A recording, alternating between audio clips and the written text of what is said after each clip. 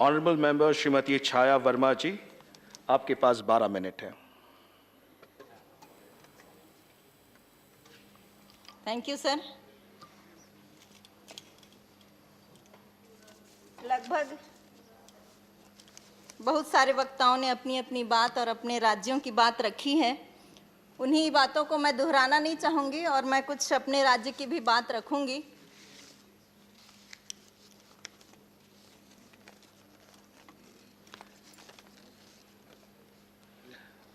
भारत आध्यात्मिक पर्यटन का देश है। आत्मा को शांति मिले ऐसा परिवेश है।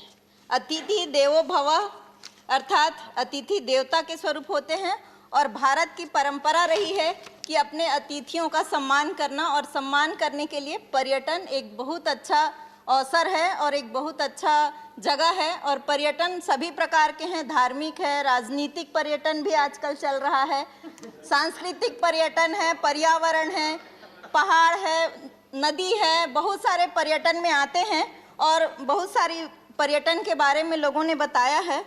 भारत में पर्यटन सबसे बड़ा सेवा उद्योग है, लेकिन इसके सकल घरेलू उत्पाद में लगातार गिरावट आ रही है।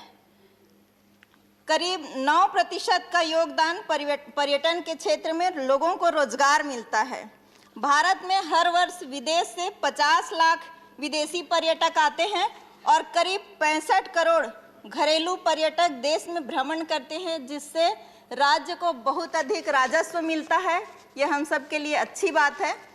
अभी अभी सम्मानित शुक्ला जी बता रहे थे कि बजट में बढ़ोतरी हुई है। शुक्ला जी ने ये नहीं बताया कि 2026 करोड़ का बजट पर्यटन में मिला, लेकिन पर्यटन विभाग ने मांगा कितना था? 1 करोड़ 111 लाख की कमी रही। जितना मांगे थे उसमें उतना का कम मिला, तो पर्यटन को कैसे बढ़ावा मिलेगा? 1000 करोड़। स्वदेश दर्शन में 1500 करोड़ मांगे थे, जिसमें 630 करोड़ मिला। महिला सुरक्षित टूरिज्म में 2019-20 में महिलाओं के लिए 1 पैसा नहीं मिला, 0% बजट रहा पर्यटन में महिलाओं के लिए। तो कहाँ से बेटी सुरक्षित रहेगी? आप कहते हैं बेटी सुरक्षित रहे, तो आप बजट ही नहीं दिए हैं पर्यटन में, तो सुरक्षा का सवाल ही नहीं उठता। पिछले दिनों कोरोना महामारी के कारण जो विभाग सबसे ज़्यादा चौपट हुआ वो पर्यटन विभाग रहा। सारे होटल बंद हो गए, मोटल बंद हो गए, टूरिज्म के सारे स्पॉट बंद हो गए और लोगों का पूरा उद्योग धंधा चौपट हो गया। लोग बेरोजगार हो गए, नौकरी से निकाले गए। पर्यटन विभाग कोरोना काल में पूरी तरह से चौपट हुआ। लेकिन अब जब कोरोना का संक्रमण कम हो रहा है, तो थोड़ा बहुत कहीं ना कहीं 10% की बढ़ोतरी हो रही है। 10% स्थान खुल रहे हैं, लोगों का आना जाना शुरू हो रहा है। और रेल जो एक बहुत अच्छा माध्यम है आने जाने के लिए, सस्ता है, लेकिन अभी पर्यटन को अगर बढ़ावा देने की बात कहें तो उस जगह पे रेल की कीमत दुगुनी हो गई है। प्लेटफॉर्म की टिकट 50 रुपए हो गई है। तो ऐसे में पर्यटन को कहाँ बढ़ावा मिलेगा? मैं चाहती हूँ कि पर्यटन के लिए आर्थिक मदद पहुँचाने की आवश्यकता है। महोदय, जिस प्रकार सरदार सरोवर बांध के निकट नर्मदा जिले में देश के प्रथम गृह मंत्री लौह पुरुष सरदार पटेल जी की मूर्ति की आदमकद स्थापना हुई और उसके चारों तरफ पर्यटन के लिए स्थान बनाया गया, जो बहुत अच्छी बात है और उससे बहुत अच्छा राजस्व उस राज्य को मिल रहा है। मैं सदन से आग्रह करती हूं कि इसी तरह के पुरुषों की हर राज्य में बड़ी बड़ी आदमकद प्रतिमा स्थापित हो और पर्यटन को बढ़ावा मिले, और सभी राज्यों को जिस राज्य के महापुरुष हैं उनकी प्रतिमा स्थापित करें आप, और सभी राज्यों को उसका राजस्व मिले। ये मैं आपके माध्यम से सदन को कहना चाहती हूँ। माननीय महोदय, पर्यटन की कमाई को देखते हुए कुछ निजी कंपनियां कारपोरेट जगत विरासत स्थल को हथियाने में लग गई हैं। कुछ विरासत जगह को प्राइवेटीकरण करने का काम चल रहा है, चाहे वो लाल किला हो, चाहे वो ताजमहल हो। आज अगर हम लाल किला का दीदार करने जाएंगे तो बहुत अधिक पैसा खर्चा करना पड़ता है। टिकट इतनी बढ़ गई है कि सोचना पड़ता है कि देखने जाएं कि नहीं जाएं। हम अपने पुराने धरोहर को सुरक्षित नहीं कर पा रहे हैं, संरक्षित नहीं कर पा रहे हैं, विशंबर जी, संरक्षित नहीं कर पा रहे हैं, तो कहां से पर्यटन को बढ़ावा मिलेगा। माननीय महोदय, स्वदेश दर्शन यह योजना पूर्वोत्तर भारत सर्किट, बौद्ध सर्किट, हिमालय सर्किट जैसे योजनाबद्ध और प्राथमिकता के आधार पर 15 स्थानों को एक थीम सर्किट बनाकर सरकार ने काम किया है। अच्छी बात है, लेकिन मैं चाहती हूं कि इसी तरह जिन जिन राज्यों में देखने का स्थान है उस सब को एक सर्किट में लाए और उसको विकसित करे, ताकि उस राज्य को भी पर्यटन में बढ़ावा मिले और उनको राजस्व मिले। सभी लोगों ने अपने राज्य की बात की है, मैं भी कुछ अपने राज्य की बात करना चाहूंगी।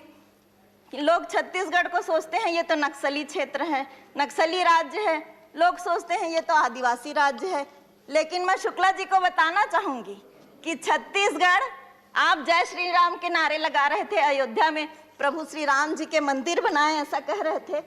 शुक्ला जी, मैं आपको बताना चाहूंगी प्रभु श्री राम सबके कण कण में विराजमान है, और जब 14 वर्ष का उनको वनवास हुआ तो 10 वर्ष वो छत्तीसगढ़ के जंगल में रहे, और उस 10 वर्षों में हमारी सरकार, हमारे मुख्यमंत्री भूपेश बघेल जी, उनका कहना है कि जिस राज्य में पर्यटन को अच्छा होता है वो राज्य राष्ट्रीय और अंतर्राष्ट्रीय स्तर पे अपनी पहचान बनाती है।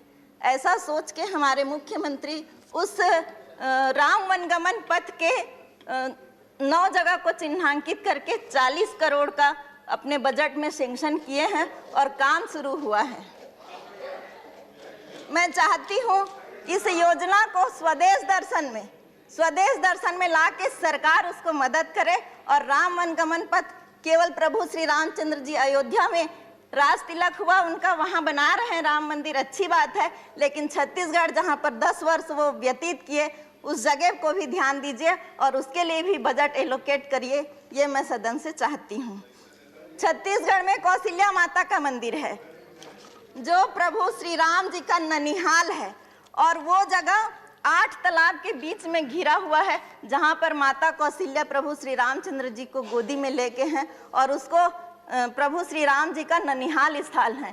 उस स्थान पर हमारे मुख्यमंत्री जी 7 करोड़ का बजट लाके उस स्थान को विकसित कर रहे हैं पर्यटन के लिए।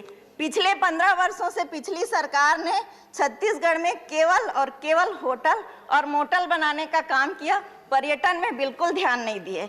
लेकिन मैं सदन को बताना चाहूंगी कि हमारे मुख्यमंत्री भूपेश बघेल जी पिछले दिनों विश्व आदिवासी दिवस के समय में पूरे भारत के और विदेश के भी, जिसमें बेलारूस और नागालैंड और अनेक राज्यों से, दूसरे विदेशों से और भारत के 23 राज्य के लोग 1800 कलाकार भाग लिए और बहुत बढ़िया शानदार विश्व आदिवासी दिवस का कार्यक्रम हुआ, जिसकी सर्वत्र चर्चा और सराहना हुई। छत्तीसगढ़ में ऐसे ऐसे स्थान हैं, बस्तर का चित्रकूट है, शिवरी नारायण है। चित्रकूट एक ऐसा स्थान है जिसे मिनी नियाग्रा फॉल के रूप में जाना जाता है। यह घोड़े के आकार का है और 100 फीट ऊंचाई से नीचे उसका पानी गिरता है। बहुत अद्भुत दृश्य देखने को आपको मिलेगा। कुटुमसर की गुफा है, पूरी दुनिया की सबसे लंबी गुफा है, 100 मीटर के क्षेत्रफल में फैली हुई है। एक हिल स्टेशन है, चिरमिरी है, सिरपुर है, भोरमदेव है, पुरखौती मुक्तांगना है, तीरथगढ़ है, बारनवापारा है। और आपके जो सदस्य उधर बैठते हैं नेताम जी, उनके क्षेत्र में एक उबलता हुआ गर्म पानी का उबलता हुआ जलप्रपात है, जिसमें 24 घंटा गर्म पानी निकलते रहता है और लोग उसमें अंडा और आलू डाल के पकाते हैं, खाते हैं। बहुत अच्छा दर्शनीय स्थल है, राम विचार नेताम जी के क्षेत्र में है। आप लोग आइए दर्शन करने, आप लोग देखने आइए। छत्तीसगढ़ में सब चीज आपको देखने को मिलेगा, सब चीज आपको छत्तीसगढ़ में देखने को मिलेगा। बमलेश्वरी का पहाड़ है डोंगरगढ़ का, जिसको प्रसाद योजना में शामिल किया गया है। मैं चाहती हूं कि और भी जो तीर्थ स्थल हैं उन्हें संरक्षण मिले और अलग से फंड मिले। मैं मैं सदन के माध्यम से कहना चाहूंगी कि पिछले दिनों कोरोना काल में पर्यटन विभाग में एक भी पैसा खर्च नहीं हुआ, क्योंकि पर्यटन सारा कुछ बंद था। पिछले वर्ष और इस वर्ष का फंड मिला के जितना अधिक हो सके पर्यटन को बढ़ावा देने के लिए अधिक से अधिक पैसा एलोकेट किया जाए और पर्यटन विभाग को अच्छे से बेहतर बनाया जाए, ताकि लोगों को काम धंधा मिले, लोगों का रोजगार सृजित हो और अच्छा खुशहाल हो। धन्यवाद। Thank you, honorable member.